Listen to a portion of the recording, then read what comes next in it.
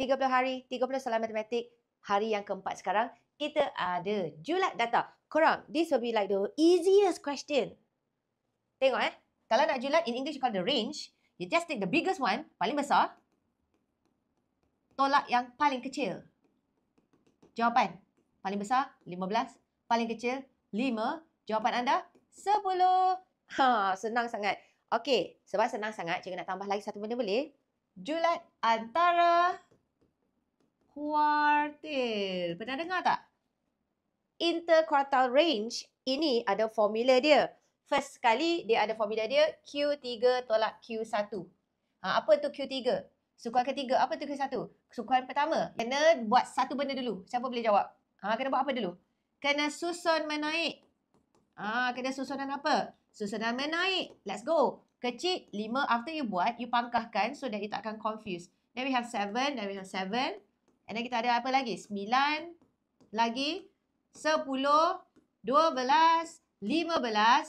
Okey, belum settle lagi ya. Ni susunan menaik, settle. Tapi kita nak yang Q1, sukuan pertama. Mana yang sukuan pertama? So the first thing first. Korang kena ambil dan cari Q2 dulu. Mana Q2?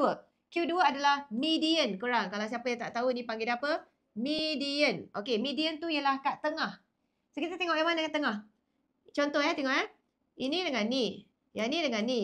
Yang ni dengan ni. Mana tengah dia? Tadang. Ini dia ialah Q2 sebenarnya. Median 9.